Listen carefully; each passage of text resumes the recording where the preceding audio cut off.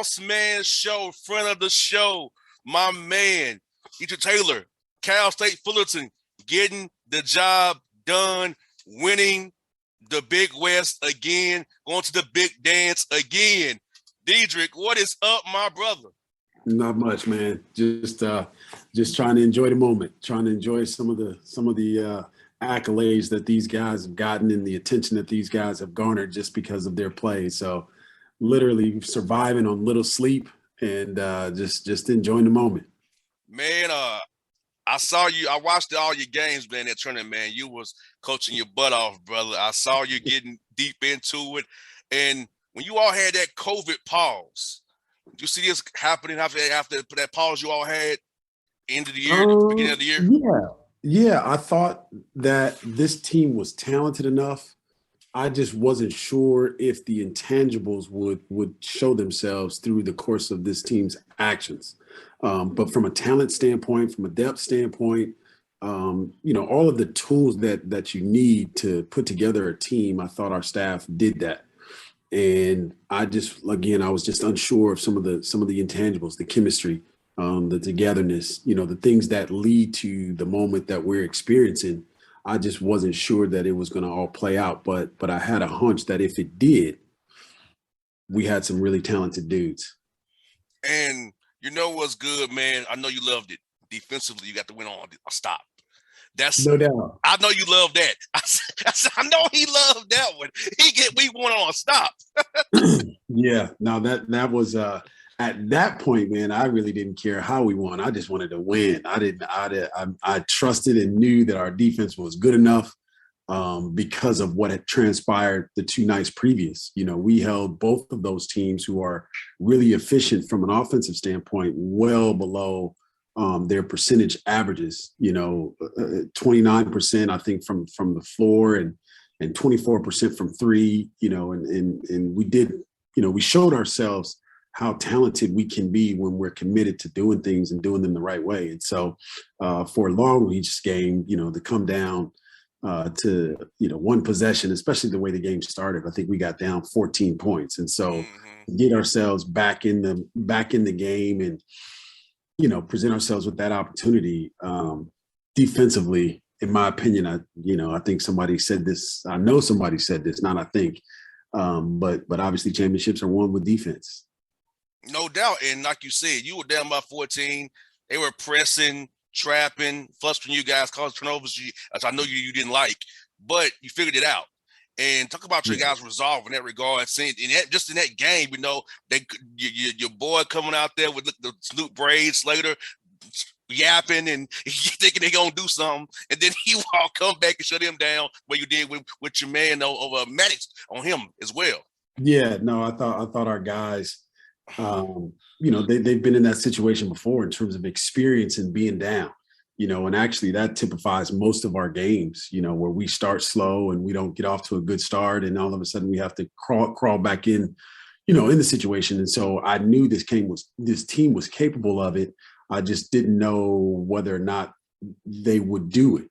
That's always the question. You don't know who's going to show up, but I knew they were capable of it based on the experience. And then, once the game kind of settled in and we started to gain a little bit of confidence versus their press, I think their press bothered us, because of the style. That's the way that Long Beach wants to play. They want to create a helter-skelter style, an up and down style. And we're a little bit different in terms of our organization and in each possession, both offensively and defensively. It's a little more stable. And so, if, you create an unstable environment, these guys, they can adjust, and they did adjust, but it obviously took us a while. And then from a defensive standpoint, having size on Slater, even though he was getting his stuff off and he's a very good player. I think putting Trey Maddox Jr. on him, again, with his size and with his athleticism and with his length, I think it bothered Slater down the stretch. Obviously, he got off to a really, really hot start. And, the funny thing, man, both teams were yapping. Both teams were talking trash to the point of the official gave both teams attack, both players attack. And so that kind of that's just a part of the game, and it's so funny if you have energy enough to talk trash, then keep the same energy when trash is being talked back to you. Don't Exactly. all of a sudden try to act like, oh, it's new, or everybody was participating in that thing, man. And so I'm just glad our guys were able to come out on the right side, and they deserved it, in my opinion. And EJ and Asiki, my man. I mean, bro, on fourth side on the boards, putting fouls on them brothers, making sports in the top 10 nominee dunks out there, man. Talk about that young man, man. I like what that guy was doing, my guy. No, he had his impact was tremendous, on a lot of different levels. From the first day that he stepped foot on campus, he told this group this is what he was about, and this is what he wanted to do, and this is what he came here for. And he led them through example that way, and I think through verbal talking to those guys and just letting them know, man, hey, like all you have to do is work and go out there and do your job.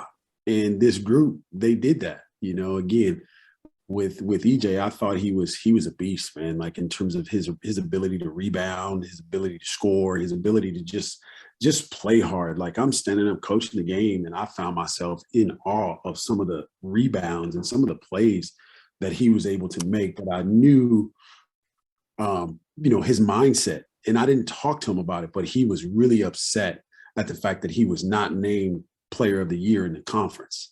And so he would use that as fuel. He was driven by, okay, these guys and these coaches don't think that I'm the best player in this conference. I'm going to show them, and anytime you have, I think in one game he had 20 rebounds and 16 points. And then obviously in the championship game, I think he had 20 points and 11 rebounds. So like his impact is tremendous, and it will be one that will never be forgotten, in my opinion. His conditioning, because you're playing him a lot of minutes. He's Yeah. a bigger guy. Yeah. So I'm looking at this dude like this. His conditioning has to be off the charts to play that hard, that long, back to back nights. So close to that young man doing what he's doing in the gym and the weight room, because his conditioning was on 10 for me, brother. Yeah, no, I think that's a lot of his experience. He's also a fifth-year senior, and he understands, to perform at that level, conditioning is a big piece of that and big part of that. And he bought into it, from an individual standpoint. We practiced, and before practice, you walk in the gym and EJ would be dripping with sweat. Then we practice, and then you walk out of the gym, and the last thing you see in the gym is just him working and trying to get himself going and trying to develop a rhythm. And I think the payoff was his ability to be able to do or perform at a level that allowed him to take advantage of his conditioning. And for me, man, I saw what DeMar Milstead did. Every time he made a run, he had a key shot. Every time. Hey, he come back Milstead for a jumper. So talk about DeMar having these timely shots and finding his way, and then making do what they do, because you gotta have those run killers. And he was doing it for you guys to get you all set on defense again, so you don't have to worry about matchups where you want to match up and get Maddox or your on Slayer there. Yeah, no, I think again he's another fifth-year senior in terms of his graduation. He went to 2 years or two different institutions before we were able to get him here. And for that, again, the experience of him being in those moments and him understanding those moments. And then I thought, really interesting. One thing that was a so-called knock was that he couldn't shoot. And I said, yes, you can shoot. You just have to take shots that you can make.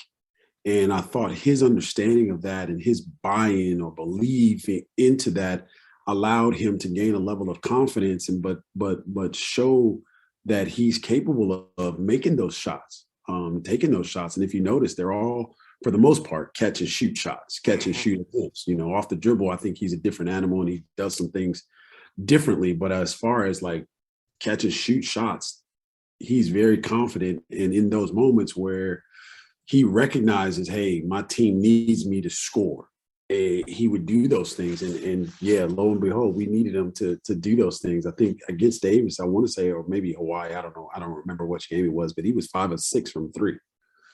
No and again, they were timely shots. They were things that our group needed, and the senior came through for us. And another big shot was, he only made one, but Torrey, San Antonio, he took that, got that ball and shot it and made it. I'm like, hey, right place, right time. He had the confidence. He shot it and made it. So I'm like, that's another play that might not be mentioned as much, but that was a key shot too for you guys. No, I think Torrey's play all 3 games was very instrumental in allowing us to be successful. You know, Torrey is a guy that he does things that don't necessarily show up on the stat sheet. He's always guarding the other team's best perimeter at 6'5". He's always putting an amount of pressure on them defensively to work, but then offensively, he's no slouch, as you saw.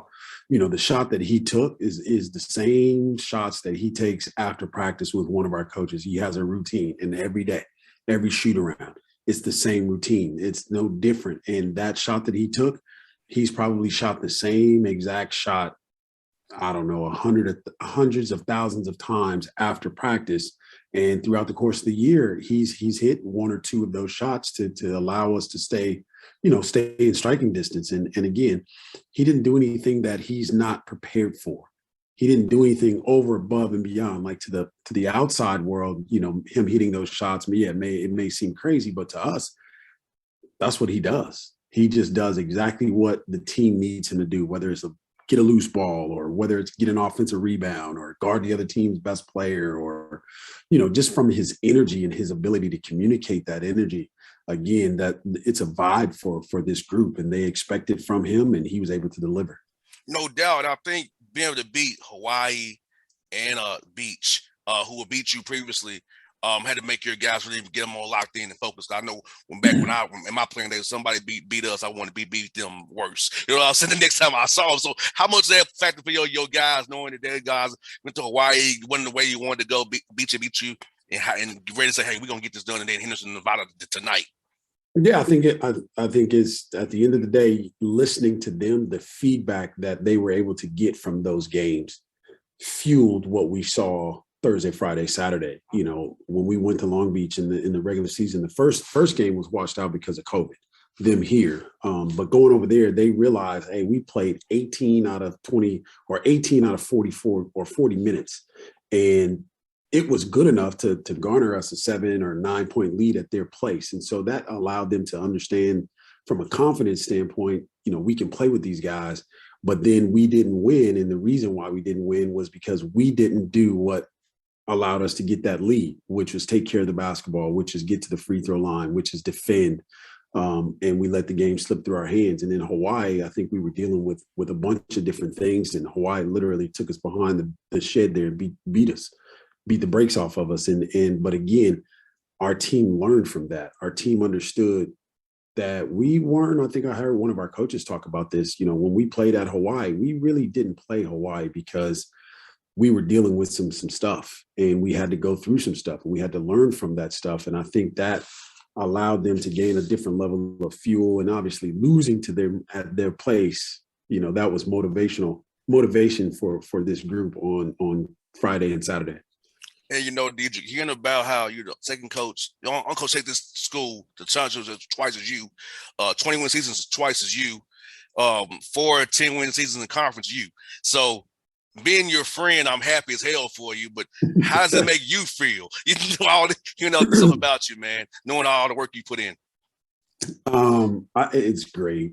I mean, you know, anytime you receive those types of accolades and those types of things, but you know, it's awesome. But as you know, I'm not driven by those things. Those things are best byproducts that the society or the community that we live in, they deem those as success attributes. You know, the successful things to me are the relationships amongst our managers, you know, the relationships amongst our managers and players, and those guys hitting it off, and some of the relationships that have been garnered through our boosters, and you know, watching Danny Sprinkle take his team to the NCAA tournament, watching Cal Poly and watching Coach Smith do his thing to try to revitalize that program, and watching Coach Santos grow and develop into one of the best coaches, assistant coaches, you know, in the country.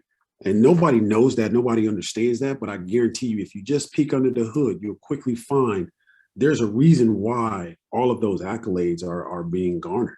It's because of the people. It's because of the young men. It's because of the belief that they all have. And it's because our culture is infested with hey man, I'm not asking you to do any miraculous thing. I'm asking you to work as hard as you possibly can and do what you do best.